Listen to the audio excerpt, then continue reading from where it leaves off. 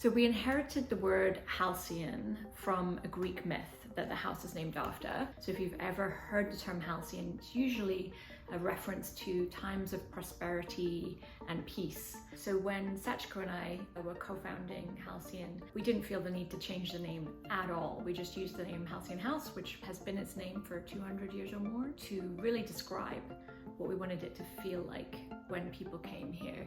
It is meant to be a haven because the people who come through our programs are doing really heavy stuff. They're working on an intangible problem that has plagued humanity, either in environmental sphere or social sphere. Sometimes it's so immense and complex and very high stakes. And starting a business is not easy either. That comes with its own pressures and problems and complexities. So as people are going through that journey, we want to be the place where they can come and fill their cup, be in community with other like-minded people, sometimes equally crazy people, because you've got to be a little crazy to try this, and really have a moment where they can think their biggest thoughts and feel supported. I have had the great honor, pleasure and privilege of working with Dr. Kuno to found Halcyon. She is brave, she is funny, exceptionally kind and generous. But where she and I are very alike is that we tend to run towards the things that scare us. If we're afraid of something, I think our innate reaction is that it would be a limitation if we don't overcome that fear. And we run towards it and we deal with it and we let it scare us and then we overcome it. She and I are both very risk tolerant people, and I think you really have to be in order to make change. We joke that it's not your father's nonprofit because of how we function, and a lot of that comes from, I think, her DNA and hopefully a little bit of mine as well. Halcyon has a unique place in the ecosystem. What we're really driving at Halcyon is long-term, sustainable, scalable solutions to the problems that we all face. While we definitely still need people who are on the ground responding to the symptoms of problems as they occur, we hope to address them at their core. We work directly with people who often are proximate to the problems themselves, suffering from the consequences of those problems, whether they be in environment and be around a lack of fresh drinking water, or whether they be in health and around access to affordable healthcare. We work directly with entrepreneurs who have innovative, novel, and scalable solutions to those problems, which I think makes us exceptionally unique. I think we're all united here around wanting to drive productively and proactively towards an actual solution. It became really clear to us that while DC had stunning intellectual capital, we have perhaps one of the most diverse cities when it comes to attracting people from all over the world. People who want to change the world, have a kind intention to do so, and are smart enough to do it. We have a pretty good regulatory environment, and we have an excellent quality of life, which is what keeps people in an area. The thing that we don't have in spades is capital. Now, I will amend that. There's plenty of capital here. We have 6 richest counties in the whole of the US, but it is risk-averse capital because 20% of DC is lawyers who know how to examine risk to death, and most of people's portfolios is actually dispersed elsewhere than right here in the region.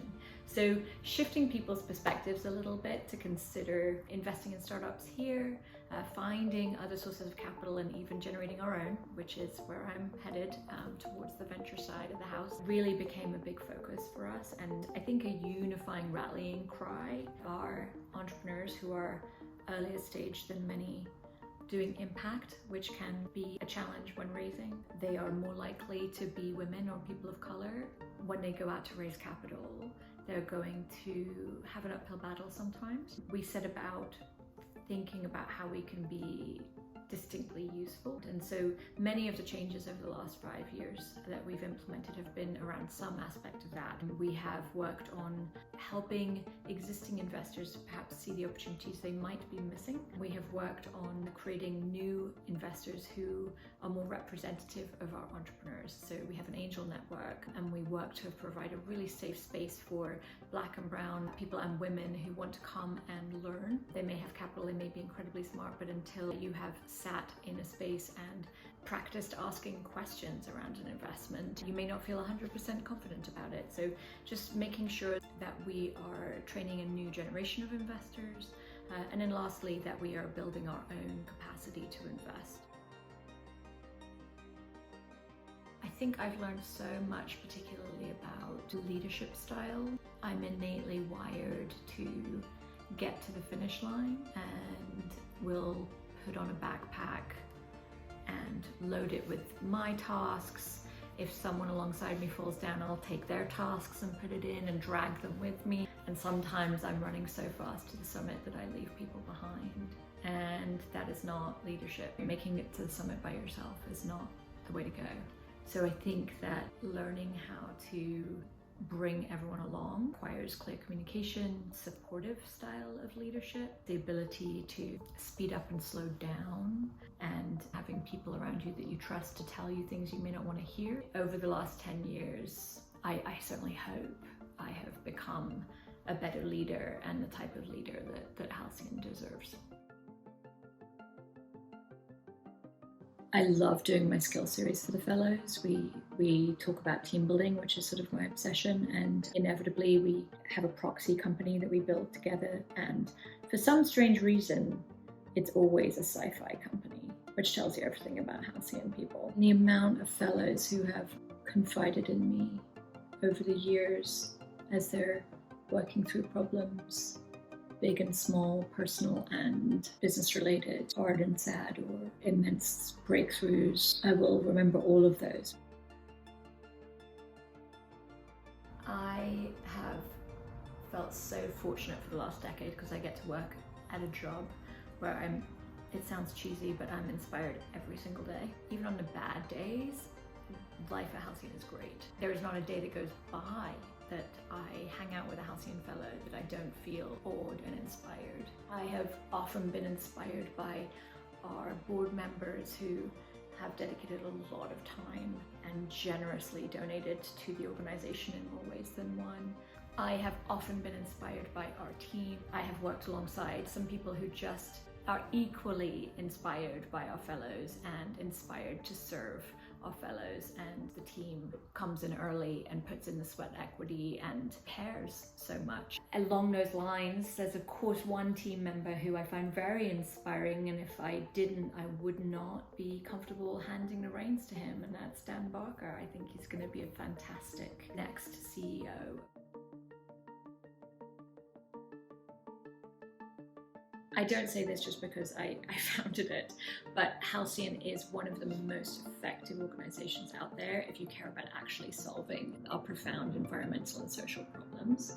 We genuinely select some of the most innovative, resilient people from around the world who are coming up with brilliant solution. So if you want your dollar to go further than it does with any other organization, I would always say donate to Halcyon. I have just been astounded by the amount of generosity that we have continually been surrounded by since our inception.